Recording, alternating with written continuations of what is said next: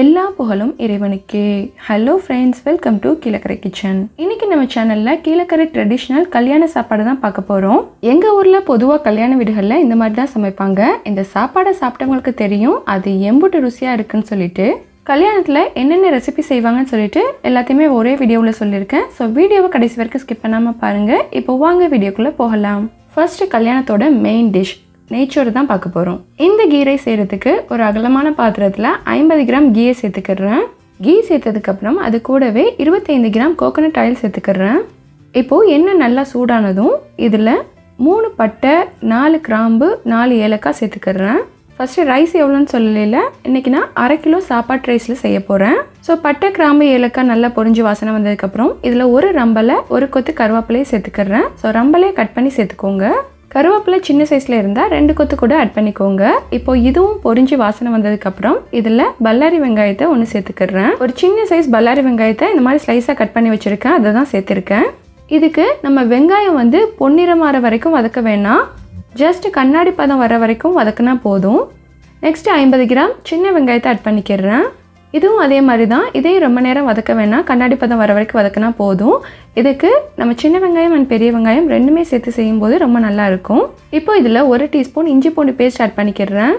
இந்த இஞ்சி பூண்டோட ராஸ்மெல் போகிற வரைக்கும் இதை நல்லா வதக்கி விட்டுக்கோங்க. ஆக்சுவலாக இந்த வீடியோ நான் புதுசாக எடுத்தது கிடையாது, நான் ஏற்கனவே தனித்தனியாக அப்லோட் பண்ணியிருக்கேன்.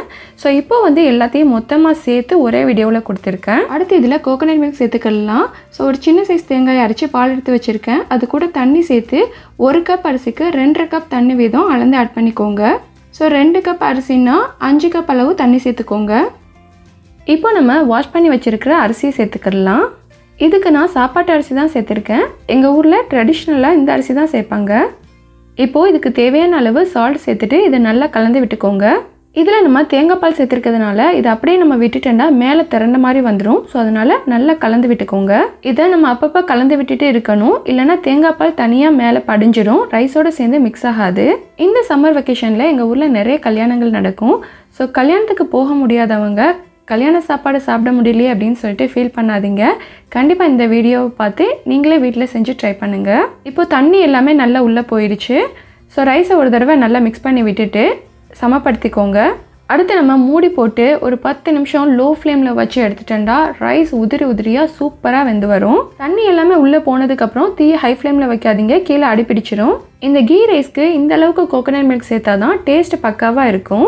முன்னெல்லாம் எங்கள் ஊர் கல்யாணத்தில் பிரியாணி அவ்வளோவா செய்ய மாட்டாங்க, கீ ரைஸ் தான் செய்வாங்க.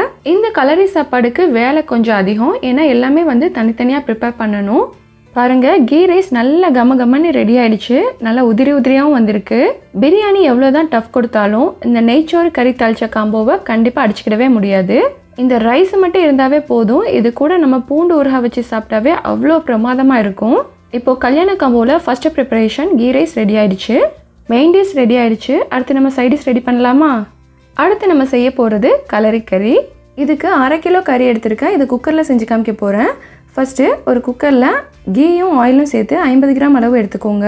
எண்ணெய் சூடானதும் இதில் 2 பட்டை, 2 கிராம்பு, 2 ஏலக்காய், 1 ரம்பலை, 1 கொத்து கருவேப்பிலை சேர்த்துக்கிறேன். கருவேப்பிலையை காம்போட முழுசாக சேர்த்துக்கோங்க.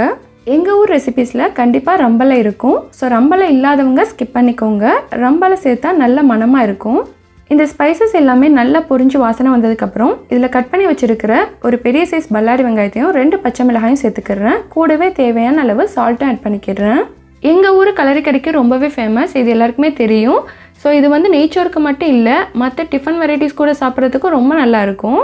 இதை நம்ம பாத்திரத்தில் செஞ்சோன்னா வேகிறதுக்கு கொஞ்சம் டைம் எடுக்கும். ஸோ குக்கர்லன்னா ஈஸியாக வெந்துடும். இப்போது இதில் 2 டீஸ்பூன் இஞ்சி பூண்டு பேஸ்ட் ஆட் பண்ணிக்கிறேன். கல்யாண வீடுகளில் இஞ்சி பூண்டு பேஸ்ட்லாம் ஃப்ரெஷ்ஷாக அரைச்சி சேர்ப்பாங்க, அந்த மாதிரி சேர்க்கும்போது நல்ல மணமாக இருக்கும். ஸோ நீங்களும் எப்போ செய்கிறீங்களோ அப்போ ஃப்ரெஷ்ஷாக அரைச்சி ஆட் பண்ணிக்கோங்க. அடுத்து இதில் 2 டேபிள் ஸ்பூன் தயிர் சேர்த்துக்கிறேன். கலரி கறிக்கு தயிரும் கண்டிப்பாக சேர்க்கணும். தயிர் சேர்த்துட்டு இதை நல்லா கலந்து விட்டுக்கோங்க. அடுத்து ஒரு பெரிய சைஸ் தக்காளியாக கட் பண்ணி வச்சுருக்கேன், அதையும் இதில் சேர்த்துக்கிறேன். நம்ம சேர்த்த தக்காளி நல்லா மேஷ் ஆகிற வரைக்கும் இதை வதக்கி விட்டுக்கோங்க. தக்காளியை நம்ம அரைச்சி சேர்க்க வேணாம், இந்த மாதிரி தான் சேர்க்கணும். இது எண்ணெயிலேயே நல்லா வதங்கி வரணும். இப்போது இந்த எண்ணெயிலேயே 1 டீஸ்பூன் சில்லி பவுடர் சேர்த்துக்கிறேன். அது கூடவே 1/4 டீஸ்பூன் டர்மரிக் பவுடரும் ஆட் பண்ணிக்கிறேன். காஷ்மீரி சில்லி பவுடர் சேர்த்திங்கன்னா நல்ல கலர் கிடைக்கும். நம்ம எல்லா மசாலாவையும் சேர்க்கும் போது இந்த மிளகாத்தூளை சேர்த்துட்டா கலர் அவ்வளோவா கிடைக்காது. ஸோ ஃபஸ்ட்டே சேர்க்கும் போது ஃபைனலாக நல்ல கலர் கிடைக்கும். இப்போ இதில் நம்ம க்ளீன் பண்ணி வச்சுருக்கிற 1/2 கிலோ மட்டனை சேர்த்துக்கலாம். கலரு கிடைக்க நம்ம யூஸ் பண்ணுற மட்டன் வந்து கொஞ்சம் பெரிய சைஸாக தான் கட் பண்ணணும். இப்போ மட்டன் சேர்த்ததுக்கப்புறம் இதை மசாலா கூட நல்லா பெரட்டி விட்டுக்கோங்க. இப்போதைக்கு இதில் நம்ம தண்ணி எதுவும் சேர்க்கலை. கறி விடுற தண்ணியிலே கொஞ்சம் நேரம் குக் பண்ணிக்கிடலாம். இப்போ இதை நான் மூடி போட்டு வெயிட் போடாமல் கொஞ்சம் நேரம் குக் பண்ணிக்கிடுறேன். இப்போது மூடியை ஓப்பன் பண்ணி பார்க்கலாம். பாருங்கள், கறி லைட்டாக தண்ணி விட்டுருக்கு. அடுத்து இதுக்கு தேவையான மற்ற மசாலாக்களை சேர்த்துக்கலாம். இப்போது இதில் 1.5 டீஸ்பூன் ஜீரகத்தூளும் 1.5 டீஸ்பூன் மல்லித்தூளும் சேர்த்துக்கிறேன். இந்த ஜீரகத்தூள் அண்ட் மல்லித்தூள் எப்படி செய்யணும்னு சொல்லிட்டு நான் வீடியோ அப்லோட் பண்ணியிருக்கேன். அதோட லிங்க்கை டிஸ்கிரிப்ஷனில் கொடுக்குறேன், செக் பண்ணி பாருங்கள். இப்போ நான் உங்களுக்கு செஞ்சு காமிக்கிறது ட்ரெடிஷ்னல் மெத்தடில் எல்லாமே தனித்தனியாக சேர்த்துருக்கோம். இதுக்கு ஆல்டர்னேட்டிவான ஈஸியான மெத்தட் ஒன்று இருக்குது. கலரிக்கறி மசாலாவை யூஸ் பண்ணி செய்கிறது, அதுவும் ரொம்ப நல்லாயிருக்கும். இப்போ இதில் கறி வேகிறதுக்கு தேவையான அளவு தண்ணி சேர்த்துக்கிறேன். அடுத்து 1 டீஸ்பூன் பொட்டுக்கடலை, 1 டீஸ்பூன் நிலக்கடலை, 1 டீஸ்பூன் கசகசா, 5 முந்திரியை சேர்த்து பேஸ்ட்டை அரைச்சி எடுத்திருக்கேன். அடுத்து ஒரு 1/4 மூடி தேங்காய் அரைச்சி பால் எடுத்து வச்சுருக்கேன். அதை இந்த பேஸ்ட்டோடு சேர்த்து நல்லா லம்ஸ் இல்லாமல் கரைச்சிட்டு இந்த குழம்புல ஆட் பண்ணிக்கோங்க. இந்த முந்திரி கசகசா பேஸ்ட்டு தான் கலரிக்கறி ஆனதுக்கு நல்ல ரிச் டேஸ்ட் கொடுக்கும். அடுத்து ஒரு முக்கியமான இன்க்ரீடியன்ட் பொட்டேட்டோ. 2 பொட்டேட்டோவை கட் பண்ணி இதில் சேர்த்துருக்கேன். ஃபைனலாக இதுக்கு மேலே கட் பண்ணி வச்சுருக்கிற புதினா மல்லி இலைகளை சேர்த்துட்டு ஒரு தடவை நல்லா கலந்து விட்டுட்டு குக்கர் மூடி போட்டு வெயிட் போட்டுக்கிறேன். அடுத்து இதை ஒரு 4லேருந்து 5 விசில் வச்சுக்கிறேன். நீங்கள் உங்கள் குக்கருக்கு ஏற்ற மாதிரி விசில் வச்சுக்கோங்க. இப்போ ப்ரெஷர் எல்லாமே ரிலீஸ் ஆனதுக்கப்புறம் மூடி ஓப்பன் பண்ணி பார்க்கலாம். செம்ம டேஸ்டியான கலரிக்கறி ஆனம் சூப்பராக ரெடி ஆயிடுச்சு. நெக்ஸ்ட் பார்க்க போகிற ரெசிபி தால்ச்சா. தால்ச்சா செய்கிறதுக்கும் நான் குக்கர் தான் எடுத்திருக்கேன். இதில் 4 டேபிள் ஸ்பூன் ஆயில் சேர்த்துக்கிறேன். ஆயில் சூடானதும் இதில் 4 பட்டை, 4 கிராம்பு, 4 ஏலக்காய் சேர்த்துக்கிறேன். இது பொரிஞ்சு வாசனை வந்ததுக்கப்புறம் இதில் 5 பச்சை மிளகாய், 1 ரம்பலை, 2 கொத்து கருவேப்பிலை சேர்த்துக்கிறேன். நீங்கள் ரம்பலை சேர்க்குறீங்கன்னா லைட்டாக தீயில வாட்டிட்டு கட் பண்ணி சேர்த்துக்கோங்க. அப்போ தான் நல்ல கூடுதல் மனம் கிடைக்கும். இப்போது திக் ஸ்லைஸாக கட் பண்ணி வச்சுருக்கிறேன் 100 கிராம் பல்லாரி வெங்காயத்தை சேர்த்துக்கிறேன். இதுக்கும் வெங்காயம் ரொம்ப பொரியணுன்னு தேவையில்லை. இது கண்ணாடி பதம் வர வரைக்கும் வதங்கினா போதும். அடுத்து இதுக்கு தேவையான அளவு சால்ட் சேர்த்துக்கிறேன்.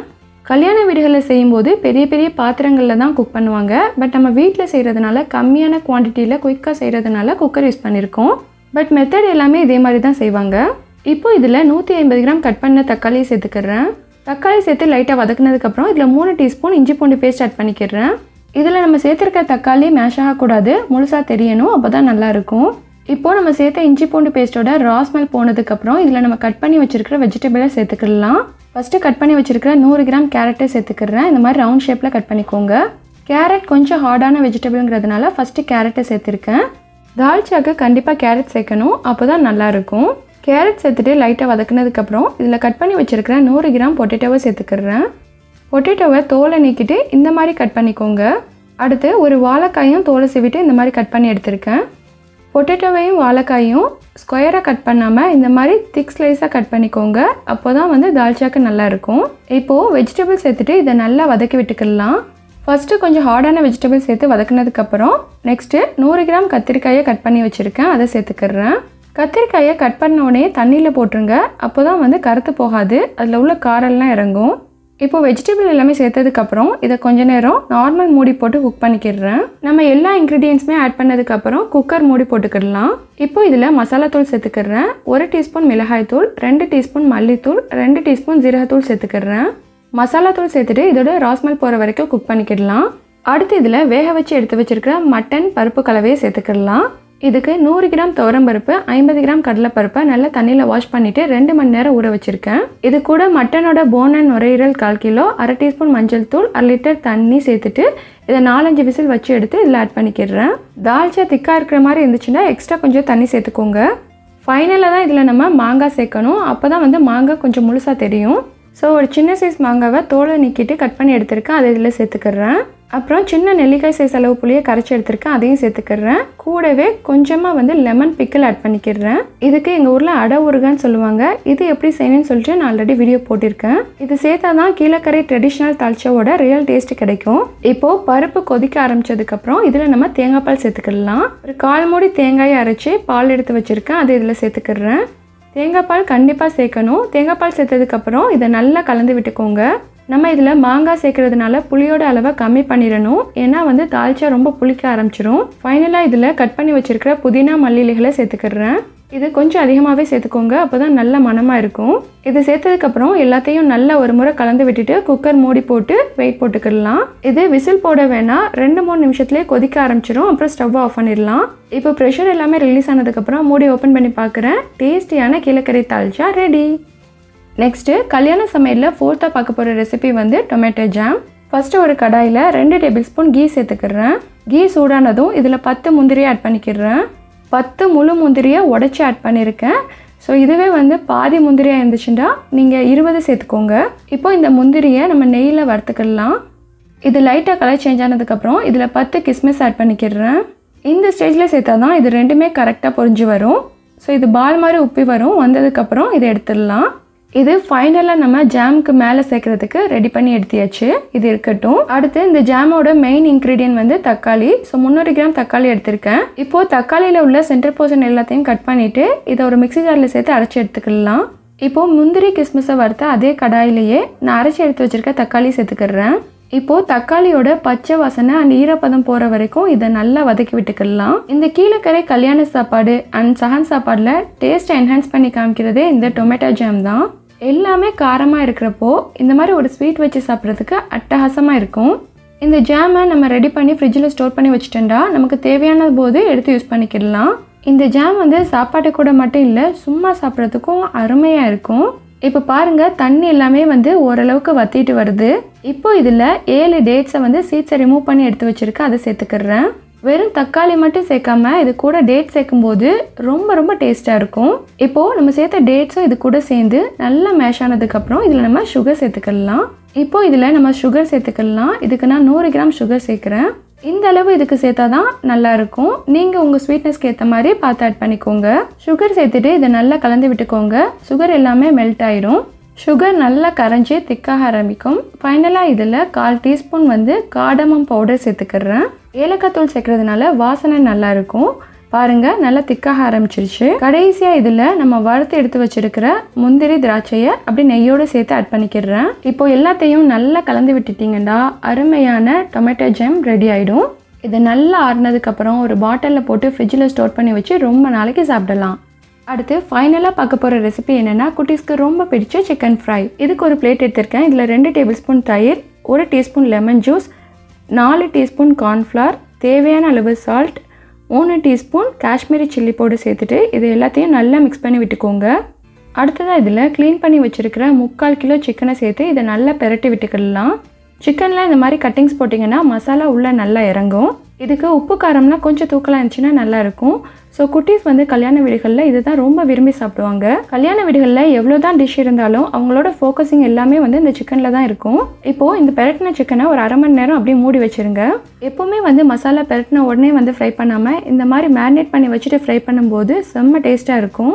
இப்போ இதை நம்ம ஃப்ரை பண்ணிக்கலாம். நான் ஷாலோ ஃப்ரை தான் பண்ணுறேன். நீங்கள் தேவைப்பட்ட டீப் ஃப்ரை பண்ணிக்கோங்க. இப்போது சிக்கன் எல்லாத்தையுமே வந்து ஃப்ரை பண்ணி எடுத்தியாச்சு. எல்லாருக்கும் ரொம்ப பிடிச்ச சிக்கன் ஃப்ரை ரெடி.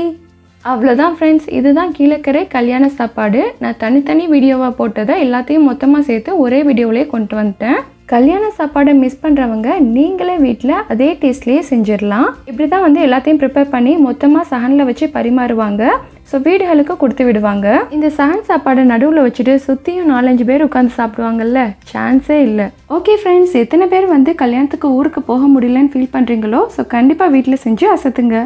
இந்த வீடியோ பிடிச்சிருந்தா please like, comment, share and subscribe my channel. Thank you.